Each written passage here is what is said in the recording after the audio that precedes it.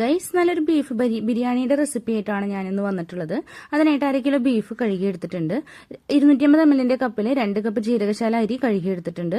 6 സപ്പോള കനം കുറച്ച് അരിഞ്ഞെടുത്തു. 10 വെളുത്തുള്ളിയും 1 കഷ്ണം ഇഞ്ചിയും കൂടി ചതച്ചെടുത്തിട്ടുണ്ട്. 5 പച്ചമുളക് അരിഞ്ഞെടുത്തിട്ടുണ്ട്. സൺഫ്ലവർ ഓയിലിലെ കുക്കറിലാണ് ഞാൻ ഈ ബിരിയാണി തയ്യാറാക്കുന്നത്. അപ്പോൾ കുക്കർ അടപ്പത്ത് വെച്ചു, സൺഫ്ലവർ ഓയിൽ ഒഴിച്ചു. ചൂടായതിനു ശേഷം ഞാൻ അതിലോട്ട് ഇഞ്ചിയും പച്ചമുളകും വെളുത്തുള്ളിയും ചേർത്ത് കൊടുത്തു. ഒന്ന് വഴറ്റിയ ശേഷം സബോള കൂടെ ആഡ് ചെയ്തു. സബോള പെട്ടെന്ന് മൊരിഞ്ഞു കിട്ടുന്നതിന് വേണ്ടി ആവശ്യത്തിനുള്ള ഉപ്പ് ചേർത്ത് കൊടുത്തു. നല്ലപോലെ മൊരിഞ്ഞു വന്നതിനു ശേഷം 2 ടേബിൾ സ്പൂൺ മല്ലിപ്പൊടിയും 1.5 ടീസ്പൂൺ മസാലപ്പൊടിയും 1 ടേബിൾ സ്പൂൺ മുളക് പൊടിയും ഞാൻ ഇതിലോട്ട് ചേർത്ത് കൊടുത്തു. നല്ലപോലെ മൊരിഞ്ഞു വന്നതിന് ശേഷം ഇതിലോട്ട് 1/4 ടീസ്പൂൺ മഞ്ഞൾപ്പൊടി കൂടെ ചേർത്ത് കൊടുത്തു.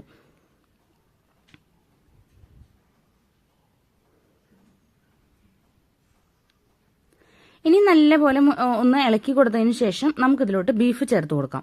ബീഫ് ചേർത്തതിന് ശേഷം നല്ലപോലെ മിക്സ് ചെയ്തെടുക്കുക.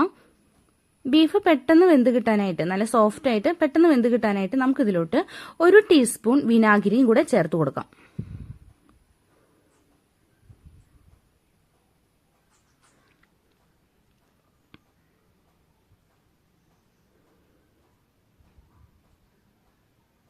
ഇനി ബീഫ് വേവിക്കാനായിട്ട് ഞാനിവിടെ 1.25 ഗ്ലാസ് വെള്ളമാണ് ഒഴിച്ചു കൊടുക്കുന്നത്.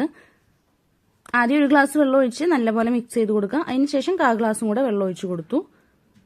4 വിസില് ഹൈ ഫ്ലെയിമിലും 4 വിസില് ലോ ഫ്ലെയിമിലും അടിച്ചെടുത്തിട്ടാണ് ഞാനിത് വേവിച്ചെടുക്കുന്നത്. ഏകദേശം ഒരു 6 പേർക്ക് കഴിക്കാൻ പറ്റുന്ന ഒരു ബിരിയാണിയാണ് ഞാനിവിടെ തയ്യാറാക്കുന്നത്. അതിനാവശ്യമുള്ള സാധനങ്ങളാണ് നമ്മളിവിടെ ഉപയോഗിക്കുന്നത്. ഇനി നമുക്ക് ബീഫ് വേവിച്ചെടുക്കാം.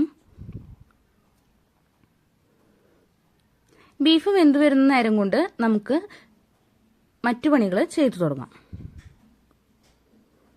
അപ്പം ഞാനിവിടെ പാൻ അടപ്പത്ത് വെച്ചു. സൺഫ്ലവർ ഓയിൽ ഒഴിച്ചതിന് ശേഷം സബോള ആഡ് ചെയ്തു. ബിരിയാണിയിൽ അലങ്കരിക്കാനായിട്ട് ഇട്ട് കൊടുക്കാനുള്ള വറുത്തെടുക്കുന്ന സബോളയാണ് ഇത്.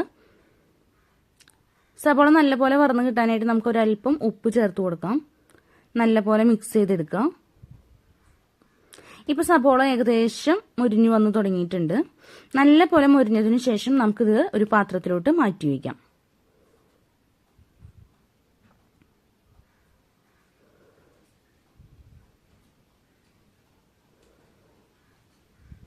അതിനുശേഷം നമുക്കിതിലോട്ട് അണ്ടിപ്പരിപ്പും മുന്തിരിയും ഇട്ട് വറുത്തെടുക്കാം.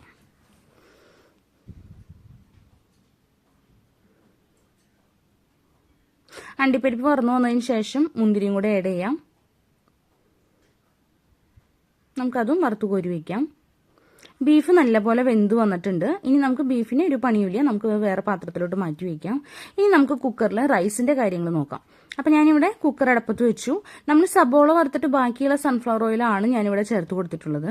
അതിലോട്ട് 2 പച്ചമുളക് കീറിയതും 1 ചെറിയ കഷ്ണം ഇഞ്ചി ചതച്ചതും 3 വെളുത്തുള്ളി ചതച്ചതും ഇതിലോട്ട് ചേർത്ത് കൊടുത്തു.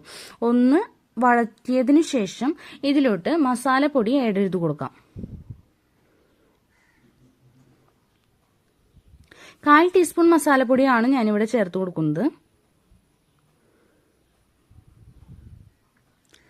ചെറുതായി ഒന്ന് മിക്സ് ചെയ്തതിനു ശേഷം നമുക്കിതിലോട്ട് ആവശ്യമുള്ള വെള്ളം ചേർത്ത് കൊടുക്കാം. 1 ഗ്ലാസ് അരിക്ക്, അതായത് 250 ml 1 കപ്പ് അരിക്ക് 2 കപ്പ് വെള്ളമാണ് ആവശ്യമുള്ളത്. ഞാനിവിടെ 2 കപ്പ് അരി എടുത്തിട്ടുള്ളത് കൊണ്ട് ഞാൻ 4 കപ്പ് വെള്ളമാണ് ഇവിടെ ഒഴിച്ചു കൊടുക്കുന്നത്.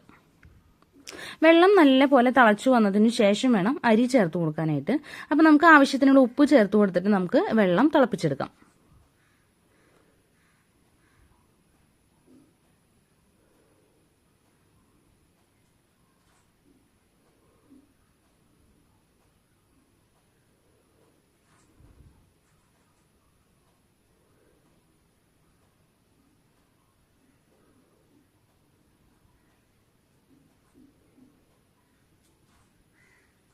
വെള്ളം നല്ലപോലെ തിളച്ചു വന്നു. ഇനി നമുക്കിതിലോട്ട് അരി ചേർത്ത് കൊടുക്കാം. അരി നല്ലപോലെ കഴുകി വാല വെച്ചിട്ട് വേണം നമ്മൾ ചേർക്കാനായിട്ട്. കാരണം വെള്ളത്തിന്റെ അംശം ഉണ്ടായാൽ നമ്മൾ ചേർത്തിട്ടുള്ള വെള്ളത്തിന്റെ കണക്കിൽ വ്യത്യാസം വരും. അതുകൊണ്ട് അരി നല്ലപോലെ വാല വെച്ചിട്ട് വേണം ഇതിലോട്ട് ചേർത്ത് കൊടുക്കാനായിട്ട്. ഇപ്പം നമ്മൾ ഇതിലോട്ട് ചേർത്ത് കൊടുത്തു. ഇനി നമുക്ക് കുക്കർ അടച്ചു വെച്ചിട്ട് ഒരു വിസിൽ അടിച്ചെടുക്കാം.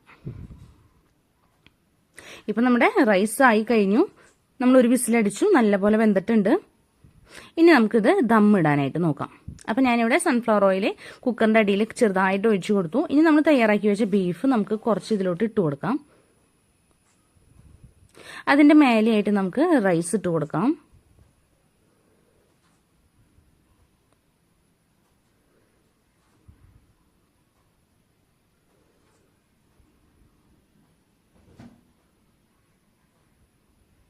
അതിനുശേഷം നമ്മൾ വറുത്ത് വെച്ച സബോളയും അണ്ടിപ്പരിപ്പും മുന്തിരിയും ഇതിലോട്ട് ചേർത്ത് കൊടുക്കാം.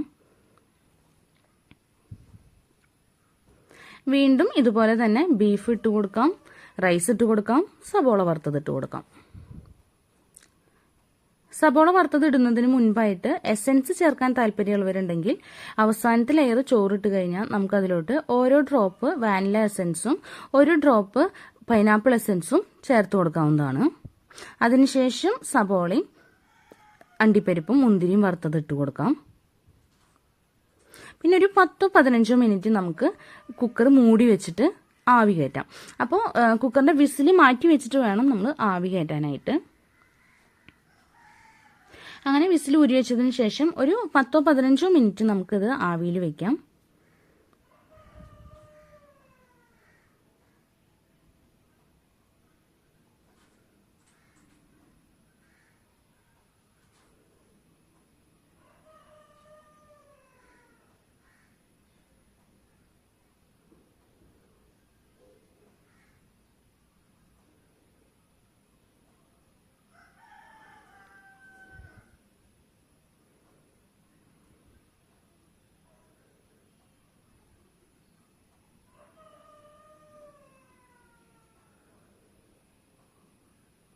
ഇത്രയേ ഉള്ളൂ നമ്മുടെ ബീഫ് ദം ബിരിയാണി. അപ്പോൾ എല്ലാവരും തയ്യാറാക്കി നോക്കുക. തയ്യാറാക്കിയതിന് ശേഷം എല്ലാവരും കമന്റ് ചെയ്തോളൂ. എൻ്റെ ചാനൽ സബ്സ്ക്രൈബ് ചെയ്യാത്തവരെ സബ്സ്ക്രൈബ് ചെയ്യുക, ഷെയർ ചെയ്യുക, ലൈക്ക് ചെയ്യുക. അപ്പോൾ എല്ലാവർക്കും ഗുഡ് ബൈ. Thank you.